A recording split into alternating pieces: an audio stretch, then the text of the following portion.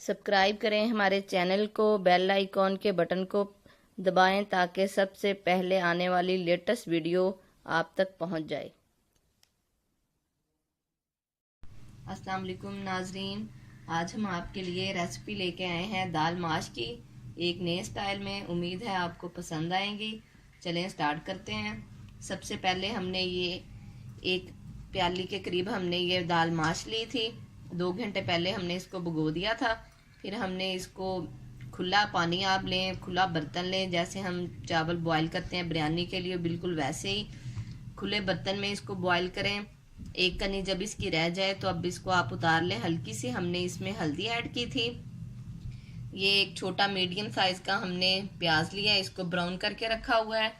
ये 2 चम्मच लहसुन अदरक के हैं और 1 फूल लहसुन का है, ये हमने इसको ग्राइंड करके रखा हुआ है। ये 2 मीडियम साइज के टमाटर हैं। ये गोल सुरख मिर्च है, हमने इसको कट करके 2 पीसीज में कर लिए हैं। ये 3 से 4 अदद हमने वो लिए हैं। ये 2 अदद बड़े साइज की ग्रीन चिली है, इसको बिल्कुल बारीक बारीक आपने काट लेना है। ये सब्ज धनिया है गार्निश के लिए। चलें स्टार्ट करते हैं। हमने कढ़ाई में ऑयल 1 कप डाल के गर्म करने के लिए रख दिया हुआ था।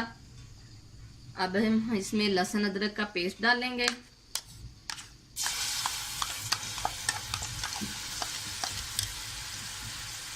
इसको अच्छे से फ्राई कर लेंगे।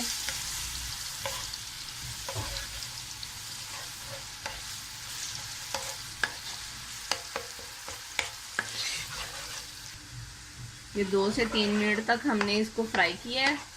लाइट सा इसका कलर गोल्डन हो गया है, ये देखें। थोड़ी सी देर हम इसको और थोड़ा सा फ्राई कर लेते हैं, इसका कच्चापन खत्म हो जाए। ये 3 से 4 अदद हमने ये गोल साबुत मिर्च सुरख कट करके रखी थी, ये हम डालेंगे इसमें। आप सोच रहे होंगे कि आप इसमें वो कुटी हुई सुरख मिर्च भी ऐड कर सकते हैं, लेकिन उसका वो टेस्ट नहीं आएगा जो इसका आएगा, इसलिए आप ये गोल साबुत मिर्च ही यूज़ करें, इसका फ्लेवर बहुत अच्छा आएगा। थोड़ी देर हम इसको कर लेते हैं ज़रा, ये हमारी ये मिर्च भी अच्छे से हो जाए। अब हम इसमें ये ब्राउन किया हुआ प्याज डालेंगे। थोड़ा सा हमने बचा लिया गार्निश के लिए। अब 1 मिनट इसको ज़रा कर लेंगे। प्याज हमारा ऑलरेडी फ्राई है। थोड़ा सा इसको मिक्स करके अब हम इसमें टमाटर का पेस्ट ऐड करेंगे। टमाटर अगर आपका बड़ा साइज है तो आप 1 लें। मेरे पास जो टमाटर थे वो मीडियम साइज था, छोटा, इसलिए हमने 2 लिए हैं। अब हम इसको 1 से 2 मिनट फ्राई कर लेंगे ताकि टमाटर का पानी खुश्क हो जाए। टमाटर का पानी खुश्क हो गया है।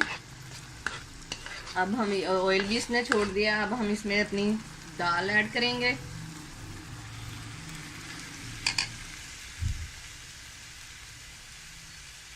ये दाल को बिल्कुल आपने जैसे हमने बताया वैसे ही बॉईल करना है, बिल्कुल एक कनी इसकी छोड़नी है। अगर ये ज़्यादा कुक होगी फिर भी आपकी ये दाल का वो टेस्ट नहीं आएगा, दाल ख़राब हो जाएगी। ये थोड़ा सा हमने अपने टेस्ट के हिसाब से आप नमक ऐड करें जितना आप चाह रहे हैं। अब हम इसको मिक्स करके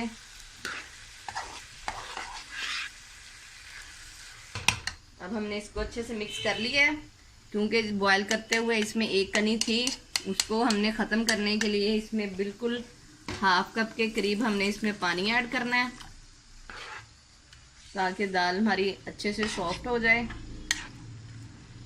अब हम इसको दम लगा देंगे। पानी खुश्क हो जाएगा फिर हम इसको चेक करेंगे।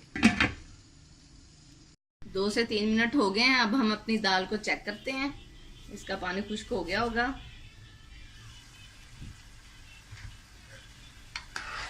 दाल का पानी देखिए खुश्क हो गया अच्छे से, ऑयल भी छोड़ दिया दाल ने। अब हम इसमें गरम मसाला 1 चम्मच के करीब हमने गरम मसाला इसमें ऐड किया है कुटा हुआ। ये हम 1 चम्मच इसमें चिकन पाउडर ऐड कर रहे हैं, ये ऑप्शनल है, हम टेस्ट के लिए इस्तेमाल कर रहे हैं। आप चाहें तो डालें, आप नहीं चाहें तो ना यूज़ करें इसमें, इससे टेस्ट अच्छा आ जाएगा।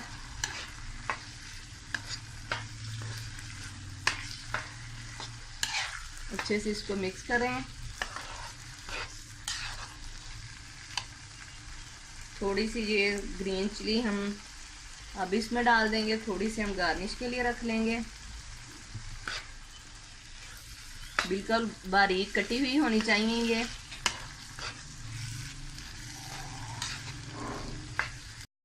ये हाफ चम्मच हम इसमें थोड़ा सा गरम मसाला पिसा हुआ ऐड करेंगे। इसको मिक्स कर लेंगे। अब हम अपनी इस दाल माश को डिश आउट करेंगे। ये दाल माश हमारी बिल्कुल रेडी है। गार्निश के बाद आप तंदूर की रोटी के साथ इसको खाएं, बहुत टेस्टी है ये। आप इसको ट्राई करें, कमेंट्स में हमें बताएं, इंशाल्लाह आपको पसंद आएगी। फिर मिलेंगे एक नई रेसिपी के साथ। अल्लाह हाफिज़।